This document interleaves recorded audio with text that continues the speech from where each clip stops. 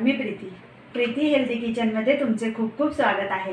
आज मी तुमच्यासाठी अशी एक रेसिपी घेऊन आली आहे की ती पाहता क्षणी तुमच्या तोंडाला पाणी सुटल्याशिवाय राहणार नाही।